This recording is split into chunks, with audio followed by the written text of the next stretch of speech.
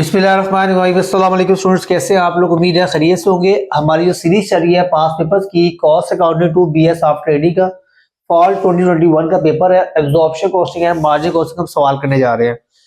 सवाल बड़ा इंपॉर्टेंट है और इसका जो पूरी की जो दारोमदार है वो बेस कर है आपके फॉर्मेट्स की अंडरस्टैंडिंग के ऊपर। ठीक है, तो इस सवाल को पढ़ने से पहले मैं डायरेक्ट आऊंगा आपका फॉर्मेट के ऊपर। ठीक है, तो अगर आप लोग डायरेक्ट जो फॉर्मेट है उसको अंडरस्टैंड करते हैं, मैं फिर सवाल पढ़ूंगा ताकि आपको आइडिया हो सके कि जो हमारा फॉर्मेट है वो स्टैंडर्ड फॉर्मेट है और हमें जिस सवाल की जो अंडरस्टैंडिंग है वो हमें हो जाए तो हम लोग डेटा निकाल के वहां से हम लोग पुट कर सकते हैं। ठीक है, तो मैं पहले बनाऊंगा फॉर्मेट इसका। हम लोग ने बनाना है जी इनकम स्टेटमेंट।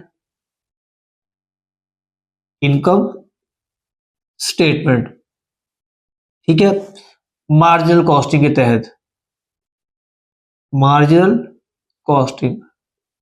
ठीक है जी,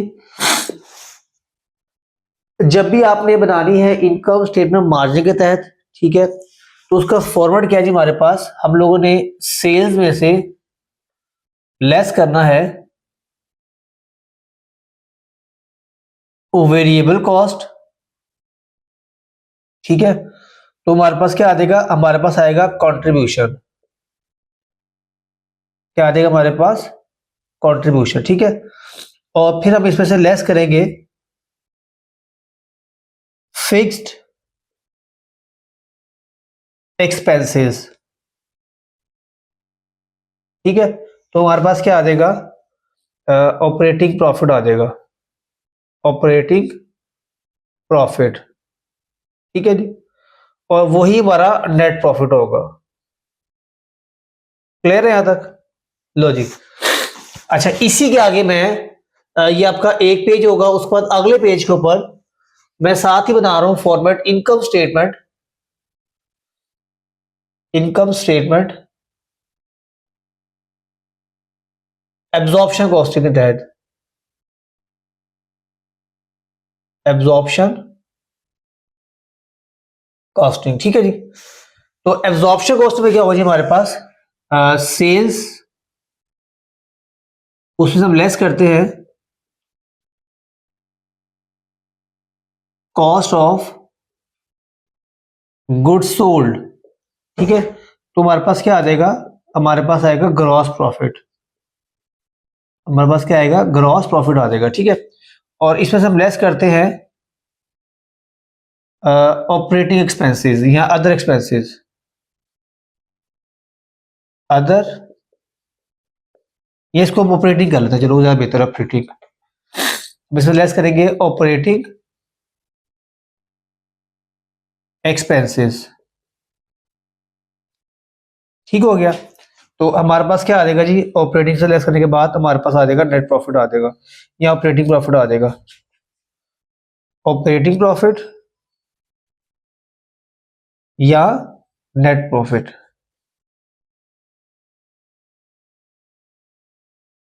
ठीक है जी, ले जी ये है लिखा जी आप सारे फॉर्मेट एक एब्जॉर्प्शन कॉस्टिंग का और मार्जिनल कॉस्टिंग का।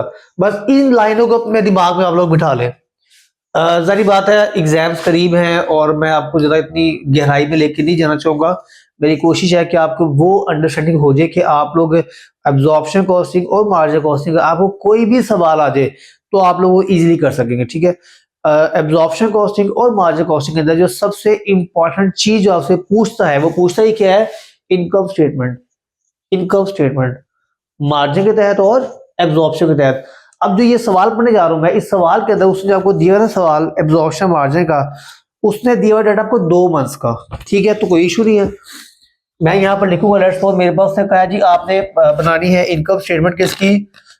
जनवरी की और फरवरी की। ठीक है, ऐसे ही इधर भी आपने जनवरी की और फरवरी की, ये 2 मंथ का डाटा बनाना है आपने। अच्छा देखिए, अब ये मैं सवाल नहीं पढ़ा, ठीक है ना, हमने सवाल देखा है, मैंने डायरेक्ट बना दिया फॉर्मेट आपके सामने। तो आपके पास सवाल कोई भी आ जाए फॉर्मेट आपका यही का यही रहेगा। ठीक है, अब मैं सवाल पढ़ने जा रहा हूं। वो कह रहा है Khurram and company is drafting a budget on the basis of following data. Direct material, direct labour और वेरिएबल एफओएच एक्सपेंस उसमें दिए हुए हैं, पर यूनिट कॉस्ट दी है उसने में, ठीक है। उसमें फिक्स एफओएच कॉस्ट दिया उसने में, नॉर्मल आउटपुट दिया हुआ है और उसमें सेल्स प्राइस दिया हमें। और उसके बाद नीचे बताया मार्केटिंग एक्सपेंस कितने हमारे पास 20,000 है, और जो वेरिएबल एक्सपेंस है मार्केटिंग और एडमिनिस्ट्रेटिव वो कितने हैं, वो है 4। उसमें डाटा दिया हुआ है प्रोडक्शन का और सेल्स का। जनवरी के अंदर प्रोडक्शन हमारी कितनी है 8,000 और सेल कितनी है 7,000, और फरवरी में कितनी हमारे पास सेल जो है वो ये 12,000 है प्रोडक्शन, और 11,000 हमारी जो है ना वो क्या है, वो सेल है।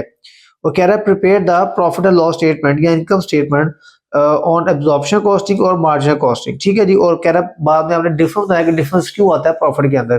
तो जब भी आपके पास सवाल आएगा एब्जॉर्प्शन कॉस्टिंग मार्जिन कॉस्टिंग का, हम लोग सबसे पहले क्या करेंगे, हम लोग लिखेंगे यहाँ पर सेल्स की वैल्यू। तो देखिए हमारे पास जो सेल्स यूनिट्स है वो कितने हमारे पास, वो है 7,000। देखिए 7,000 हमारे पास कब है, जनवरी के अंदर 7,000, 7,000 यूनिट जनवरी के अंदर सेल हमने की है, और 11,000 हमने सेल किए हैं फरवरी के अंदर, ठीक है। और मैं इनको मल्टीप्लाई करूंगा सेल प्राइस का। देखिए सेल प्राइस में दिए सवाल में 100 दी है सेल प्राइस, तो मैं इसको मल्टीप्लाई करूंगा 100 के साथ और इसको मल्टीप्लाई कर दूंगा 100 के साथ, तो यहाँ पे कितना आ जाएगा, यहाँ आ जाएगा 7 लाख।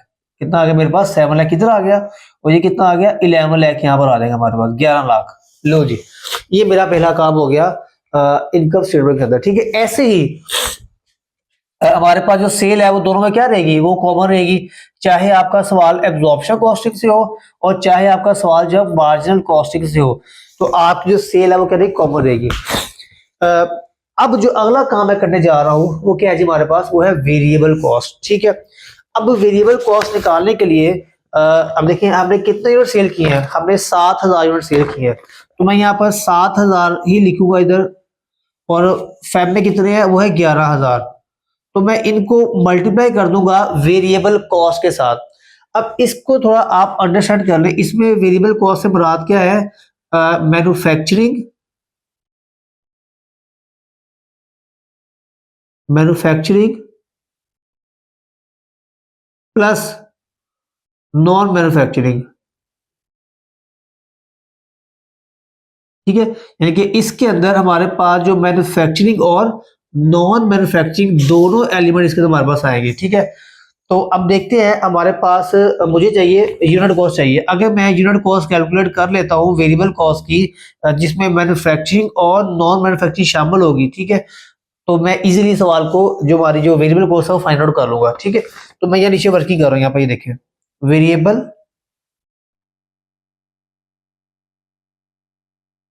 कॉस्ट,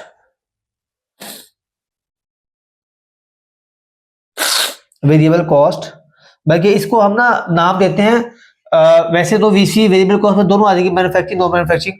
तो variable cost per unit, variable cost per unit, अब ये मुझे निकालनी है, ठीक है जी। अब देखिए उसमें सवाल मुझे क्या दिया हुआ है, डायरेक्ट मटेरियल दिया हुआ सवाल मुझे, डायरेक्ट मटेरियल प्लस उसने मुझे सवाल में डायरेक्ट लेबर दिया हुआ है पर यूनिट, प्लस उसने वेरिएबल एफओएच कॉस्ट दिया हुआ है पर यूनिट। तो ये तो होगी मैन्युफैक्चरिंग कॉस्ट यहां तक। अब देखिए उसमें हमारे पास से दिया हुआ है variable marketing and administrative expense, वो कितना है, वो है 4 पर यूनिट दिया सवाल में। देखें तो यहाँ पर आ जाएगा variable marketing and admin expenses, ठीक है। तो देखिए हमारे पास कितना डायरेक्ट मटेरियल, वो है 40, प्लस कितना हमारे पास डायरेक्ट लेबर 10, प्लस हमारे पास वेरिएबल कितना हमारे पास 12, प्लस वेरिएबल मार्केटिंग एक्सपेंस कितने हमारे पास ये है हमारे पास 4 दिया हुआ है, ठीक है। तो मैंने यहाँ पर फिक्स कॉस्ट को यूज नहीं किया, उसकी रीजन क्या है कि एब्जॉर्प्शन कॉस्टिंग और मार्जिनल कॉस्ट में सबसे डिफरेंस जो है वो यही है, वो फिक्स कॉस्ट का ही है कि एब्जॉर्प्शन कॉस्टिंग कहती है कि जो फिक्स कॉस्ट है this is the part of the manufacturing cost, और जो मार्जिनल कॉस्टिंग है वो ये कहती है कि जो फिक्स्ड कॉस्ट है this is not the part of manufacturing cost, this is the part of period cost, ठीक है। तो वो हम यहाँ लिखते हैं फिक्स्ड एक्सपेंस यहाँ पर। अच्छा जी, अब ये वैसे इसका फायदा क्या होता है, इंशाल्लाह मेरी और क्लास इसमें बड़ा डिटेल में डिस्कस किया हुआ है कि एब्जॉर्प्शन कॉस्टिंग और मार्जिन कॉस्टिंग बड़ी डेप्थ में इसको डिस्कस किया हुआ है। बहरहाल इसको हम टोटल करते हैं, तो हमारे पास जो आंसर आएगा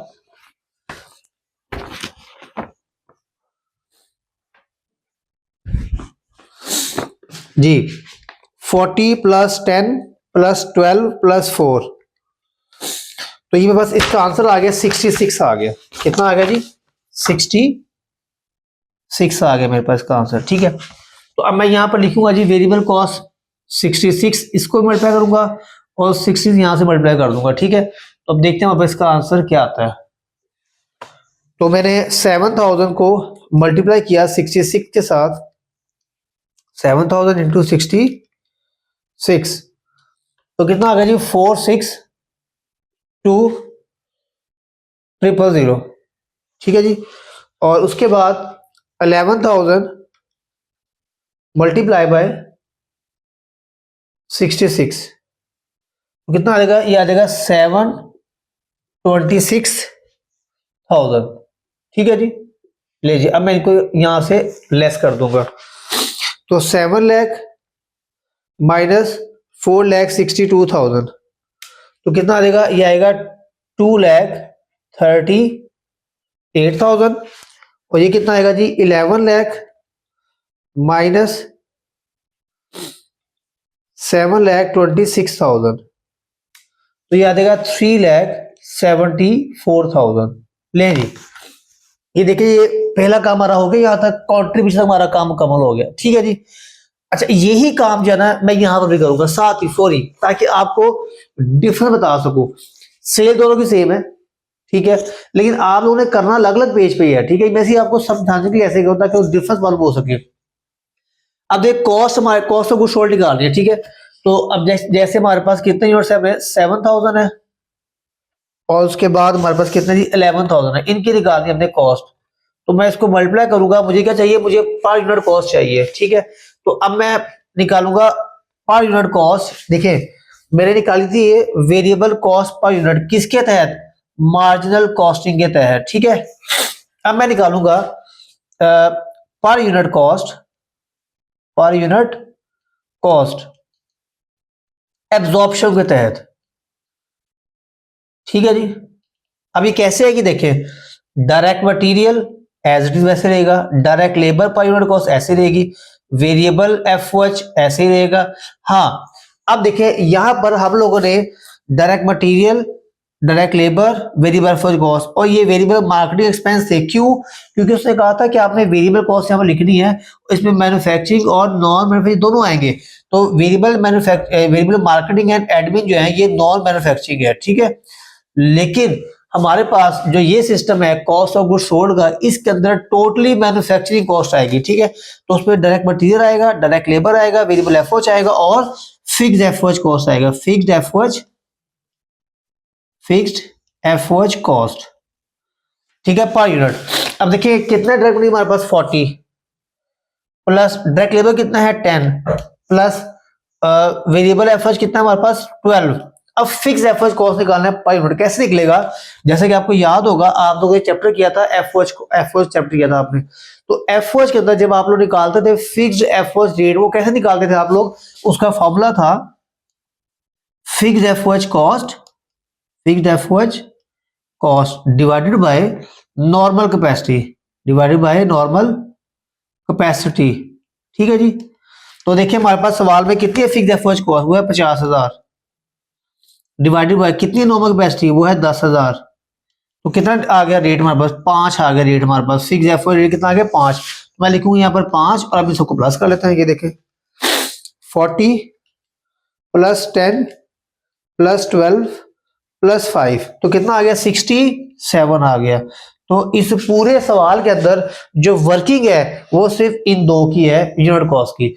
unit cost under marginal costing और यूनिट कॉस्ट अंदर एब्जॉर्प्शन कॉस्टिंग। तो मैं यहाँ पर लिखूंगा 67 और यहाँ पे लिखूंगा 67। ठीक है जी, तो अब मैं यहाँ पे इसको मल्टीप्लाई कर लेता हूँ। ये देखें, क्योंकि देखिए जितने यूनिट्स हमने बेची हैं, जनवरी में कितने बेचे हैं? 7,000, और फेब में कितने बेचे हैं? 11,000। तो देखिए जितने यूनिट्स हमने बेचे हैं, हमने कॉस्ट भी उतने यूनिट की ही लेनी है। ये देखें जितने भी यूनिट बेची है हमने कॉस्ट भी उतने की ली है, तो जितने बेचे हैं कॉस्ट भी उतने की ली है। तो ये देखिए हमारे पास क्या आ जाएगा? 7,000 मल्टीप्लाई बाय 67, तो कितना आएगा जी मेरे पास? 7,000 मल्टीप्लाई बाय 67, तो ये आ जाएगा मेरे पास 4,69,000। 4,69,000 और 11,000 मल्टीप्लाई बाय 67 तो कितना आ जाएगा 7,37,000। ठीक है, अब मैं इनको लेस करूंगा तो देखिए हमारे पास क्या आ जाएगा 7 लाख माइनस 469,000 तो कितना आ जाएगा 2,31,000 और ये कितना मेरे पास 11 लाख माइनस 737,000 तो ये कितना आ जाएगा मेरे पास 3,63,000। ले जी 3,63,000। तो देखिए एब्जॉर्प्शन में क्या निकाला है ग्रॉस प्रॉफिट और मार्जिन में क्या निकाला हमने कंट्रीब्यूशन। अब देखिए यहाँ पे कितना है, यहाँ पर रेट था 66 और यहाँ पे कितना है 67। फर्क किसका आता, फर्क रहा था यूनिट कॉस्ट इसका हमारे पास फिक्स एफएच कॉस्ट का। ठीक है जी, हमारे पास जो फिक्स एफएच कॉस्ट है तो अब ये हमारे पास ग्रॉस प्रॉफिट आ गया। अब इसमें लेस करेंगे ऑपरेटिंग एक्सपेंस यहाँ पर और यहाँ मैं लेस करूंगा फिक्स एक्सपेंसेस। तो देखते हैं हमारे पास सवाल में जो से दिए फिक्स एक्सपेंस कितने हैं, वो दो हैं। एक हमारे पास है fix FOH cost, fix FOH cost वो कितनी हमारे पास, वो है 50,000 और fixed marketing expenses, fixed marketing expenses. ठीक है जी, मैं स्टार लगा रहा हूं। एब्जॉर्प्शन को मार्जिन कॉस्टिंग के अंदर आप लोग जो है ना ये फिक्स एफएच कॉस्ट को प्रोडक्ट कॉस्ट का हिस्सा नहीं बनाते। मार्जिन कॉस्टिंग का एक और नाम भी है वेरिएबल कॉस्टिंग, वेरिएबल कॉस्टिंग। ठीक हो गया, तो देखें इसलिए हम यहाँ पर वेरिएबल कॉस्ट निकालते हैं। ओके, तो कितना जी हमारे पास फिक्स मार्केटिंग एक्सपेंस हमारे पास वो है 20,000। कितने है जी हमारे पास वो 20,000।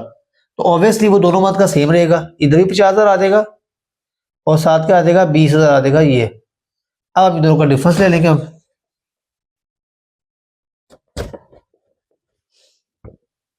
जी, नेट प्रॉफिट इनका डिफरेंस लेंगे हम। तो 238,000 माइनस 70,000 तो कितना आ गया, ये आ गया 1,68,000 ये प्रॉफिट आ गया मेरे पास। ठीक है, जनवरी का। उसके बाद फेब में आ जाए आप लोग 374,000 माइनस 70,000 तो ये आ गया 304,000 ये मेरे पास आ गया फेब का प्रॉफिट। अब मैं आ जाऊंगा एब्जॉर्प्शन कॉस्टिंग में। देखिए हमारे पास यहाँ पर एक्सपेंस जो है वो कौन सा आ जाएंगे, यहाँ पर आ जाएंगे नॉन मैन्युफैक्चरिंग। तो एक क्या आ जाएगा फिक्स्ड मार्केटिंग एंड एडमिन, वो कितना हमारे पास, वो है 20,000। तो 20,000 यहां पर भी आ जाएगा और 20,000 हमारे पास यहां पर भी आ जाएगा। उसके बाद जो हमारे पास वेरिएबल है मार्केटिंग एक्सपेंसेस वो कितने हमारे पास, वेरिएबल मार्केटिंग वो से में दिया हुआ है रेट 4 दिया हुआ है। क्या रेट दिया, 4 दिया हुआ है। तो जनवरी के लिए मैं 7,000 को मल्टीप्लाई करूंगा 4 के साथ और फरवरी के लिए मैं 11,000 को मल्टीप्लाई करूंगा 4 के साथ। क्यों, क्योंकि वो यूनिट्स चेंज है दोनों के। तो देखिए यहाँ पर 7,000 इंटू 4 तो कितना आ गया मेरे पास, ये आ गया 28,000 आ जाएगा यहाँ पर। और ये कितना आ जाएगा 11,000 इंटू 4 तो ये आ जाएगा 44,000 आ जाएगा मेरे पास। अब मैं यहाँ पर इनका डिफरेंस लूंगा, इसको लेस करूंगा यहाँ पर दोनों में से, इसको भी लेस कर दूंगा। ठीक है, तो 231,000 माइनस 20,000 माइनस 28,000 तो कितना आ गया, ये आ गया 1,83,000 ये प्रॉफिट आ गया मेरे पास जनवरी का। और उसके बाद 363,000 माइनस 20,000 माइनस 44,000 तो ये कितना आ गया 2,99,000। ले जी, ये मेरे पास क्या आ गया, इसका प्रॉफिट आ गया अंडर एब्जॉर्प्शन कॉस्टिंग और ये क्या आ गया मार्जिन कॉस्टिंग। तो देखिए इस पूरे सवाल के अंदर जो सबसे अहम चीज वो क्या थी, वो था आपका फॉर्मेट। उससे भी अहम चीज क्या थी हमारे पास, ये यूनिट कॉस्ट निकालना।